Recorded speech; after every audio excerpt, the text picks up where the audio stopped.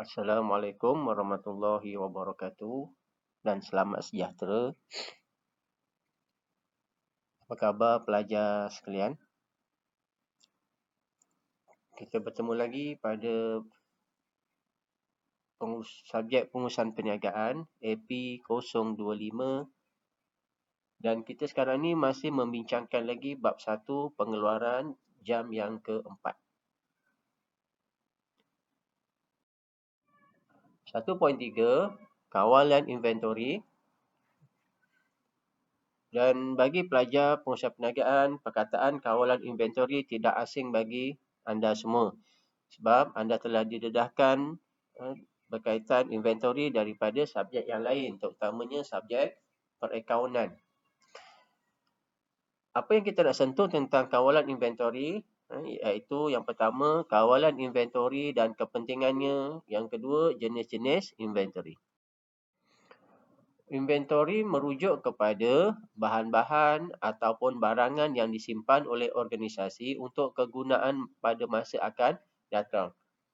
Yang mana tujuan penyimpanan adalah untuk memenuhi keperluan organisasi pada masa depan. Maksud dia, pihak syarikat atau organisasi akan menyimpan inventory. Yang mana inventory ini akan digunakan pada masa akan datang. Dan kawalan inventory merujuk kepada pengurusan stok atau inventory dalam sesebuah perniagaan. Pengurusan. Yang mana sistem kawalan inventory ini melibatkan penerimaan. Yang kedua, penyimpanan, pengendalian, pengiraan bahan mentah, kerja dalam proses dan inventory barang siap untuk memastikan pengaliran kerja diselenggara dengan baik. Maksudnya di sini, sistem kawalan inventory ini melibatkan penerimaan, iaitu penerimaan daripada pembekal. Apabila barang diterima, ianya perlu diurus dengan baik. Yang pertama, perlu dipastikan bahan mentah ataupun inventory tersebut dalam keadaan yang baik. Kemudian kuantiti yang diterima adalah betul. Yang kedua, penyimpanan, iaitu bagaimana ia disimpan. Setiap inventory mempunyai kaedah penyimpanan yang berbeza. Ada inventory yang boleh disimpan dalam keadaan yang terbuka.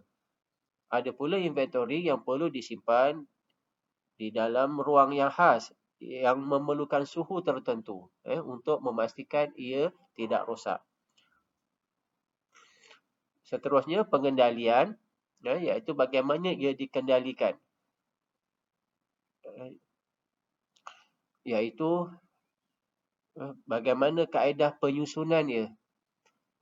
Kalau kita lihat bagi syarikat yang besar, sebagai contoh IKEA, pengendalian inventory melibatkan satu sistem menggunakan komputer. Dan ia disusun dalam keadaan yang sangat teratur dan terkawal. Dan seterusnya, pengiraan bahan mentah. Pengiraan ini merujuk sekiranya sesuatu barang itu telah digunakan, ia akan dipastikan kuantiti yang terkini ataupun kuantiti yang telah digunakan. Kemudian kita lihat kepentingan kawalan inventory. Yang pertama, memastikan inventory berada pada tahap optimum. Optimum ini merujuk pada tahap yang memberikan, optimum ni merujuk kepada tahap yang menguntungkan syarikat, iaitu menjimatkan kos. Yang kedua, memastikan aktiviti pengeluaran dapat dijalankan secara berterusan. Kawalan inventory yang baik akan memastikan tidak berlaku inventory yang terputus ataupun inventory yang rosak, yang menyebabkan proses pengeluaran tergendala. Kemudian, memenuhi keperluan pasaran apabila diperlukan. Inventory perlu sentiasa dapat memenuhi keperluan pasaran. Dan kadang-kadang keperluan pasaran ini bergantung kepada permintaan dan penawaran. Kemudian mengelakkan risiko kerosakan dan kecurian inventory. Kawalan inventory yang betul melalui pengendalian yang betul, melalui sistem perekodan yang betul akan mengelakkan risiko kerosakan. Kemudian meminimumkan kos pegangan inventory. Ia merujuk bahawa inventory perlu disimpan dalam keadaan yang optimum, iaitu kita tidak perlu menyimpan inventory dalam kuantiti yang sangat besar melebihi daripada keperluan. Ini menyebabkan kita akan menanggung kos yang tinggi, kos memegang. Kos memegang ini merujuk kepada kos pergudangan, kos operasi, dan kos tersebut akan menyebabkan kerugian kepada syarikat apabila ia terlalu tinggi. Kemudian menstabilkan harga produk, inventory yang mencukupi untuk keperluan masyarakat ataupun keperluan pasaran, membolehkan harga adalah stabil di pasaran. Kemudian jenis inventory. Inventory adalah aset yang diperlukan dalam proses pengeluaran. Dan terdapat 3 jenis inventory, iaitu bahan mentah, kerja dalam proses dan produk siap. Bahan mentah iaitu sesuatu yang digunakan oleh tenaga manusia atau industri sebagai bahan asas dalam proses pengeluaran untuk menghasilkan produk.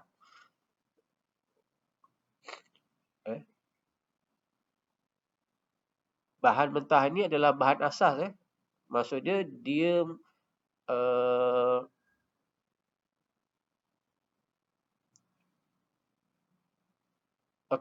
kepentingan bahan mentah.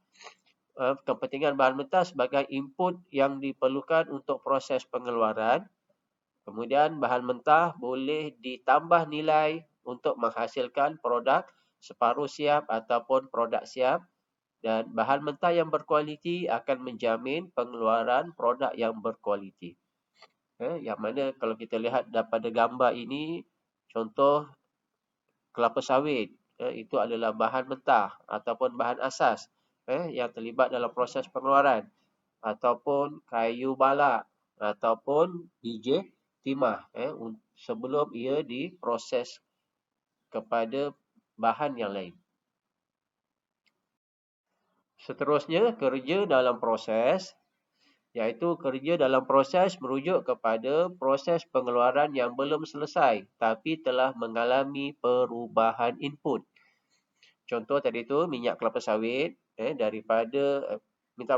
buah kelapa sawit akan diproses apabila pekebun mengambil kelapa sawit dan dihantar ke kilang, dan di kilang itu nanti kelapa sawit itu akan melalui proses tertentu dan ia akan mengalami perubahan input.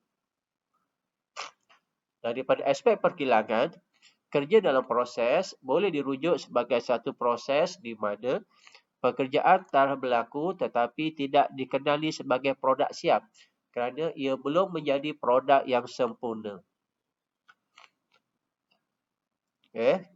Dan kepentingan kerja dalam proses, yang pertama, kerja dalam proses boleh menentukan hasil akhir yang diperolehi. Maksudnya, sekiranya kerja dalam proses itu dilakukan dengan baik, berkualiti, ia akan menyebabkan produk akhir ataupun output itu akan menjadi berkualiti. Kerja dalam proses merupakan proses lanjutan bagi menghasilkan barang siap.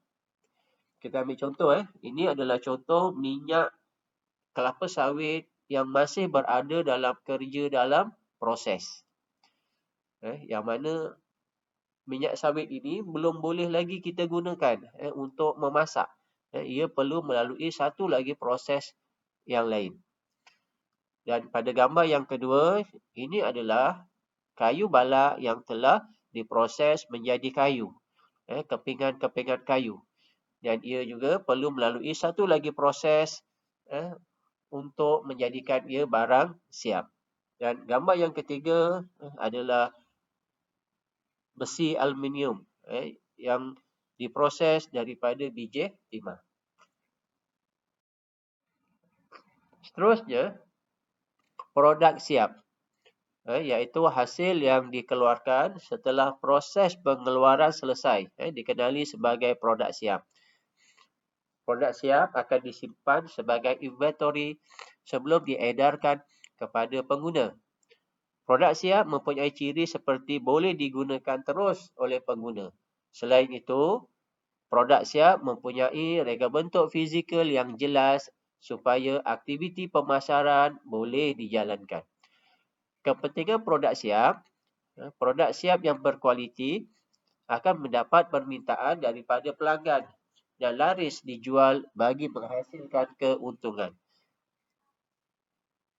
Yang kedua, kepentingan yang kedua, produk siap yang mempunyai reka bentuk fizikal yang menarik boleh mempengaruhi minat pengguna. Kita ambil contoh tadi tu, kayu, kepingan kayu akan diproses lagi dan ia akan menjadi perabot. Contoh di sini adalah set meja makan. Set meja makan ini adalah produk siap yang boleh digunakan oleh pengguna dan boleh dijual terus kepada pelanggan. Dan pada gambar yang kedua, ini adalah contoh penggunaan minyak kelapa sawit dalam keseharian kita. Daripada minyak sawit mentah tadi tu, ia akan diproses menjadi minyak masak ataupun boleh diproses menjadi margarin ataupun aiskrim ataupun shampoo ataupun lipstick dan produk yang lain.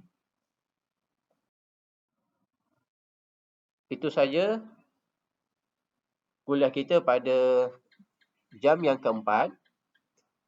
Pada jam yang keempat, saya ulang sekali lagi, ia berkaitan tentang kawalan inventory. Dan inventory terdapat 3, iaitu bahan mentah, kerja dalam proses dan barang siap.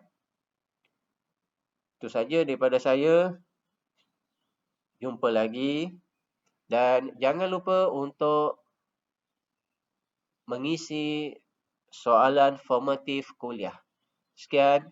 Assalamualaikum warahmatullahi wabarakatuh. Kita bertemu lagi pada jam yang kelima bab pertama.